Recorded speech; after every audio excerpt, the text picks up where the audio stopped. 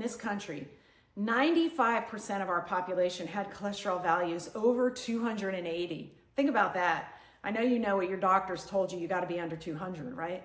Normal back then was 280, okay? Normal. We've talked about this before too. Heart attacks happen in people with cholesterol, total cholesterol levels, 200 to 280 milligrams per deciliter.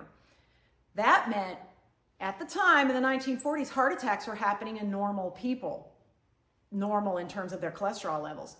Therefore, it couldn't be cholesterol. That could not be the causative agent of a heart attack because everybody was normal. So nobody looked at it. This is one of the problems when we have biomarkers that are based on a normal, based on the existing population. Think about that next time you go get your blood levels checked. You really need to know what is the optimal human level of X, Y, or Z, not what's normal in my country at this time, because it could be very skewed, as it was in the 1940s, which sort of slowed down our knowledge base. 1933, Schonheimer fed some mice a cholesterol-free diet, and then he found that internally the cholesterol levels increased in the mice, so the less cholesterol they ate, the more they were making of their own.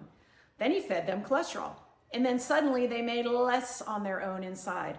This is the first time we had a valid description of what's called now an end product feedback inhibition loop. So in other words, the body has a way to know how much cholesterol there is in a cell, and it'll shut down certain things to make sure that that balance is maintained.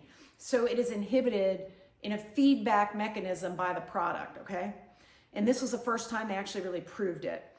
And then when certain proteins important in that process were knocked out with genetically modified mice, a fatty liver would result. So we now knew that we could make and also absorb cholesterol, and homeostasis was normally achieved in the body. It was normally balanced, or should be normally balanced. In 1938, this disease, which is a genetic problem called familial hypercholesterolemia, was discovered. All that means is familial, it's in families. Hyper, too much, cholesterol, emia, blood. Family-based, too much cholesterol in their blood.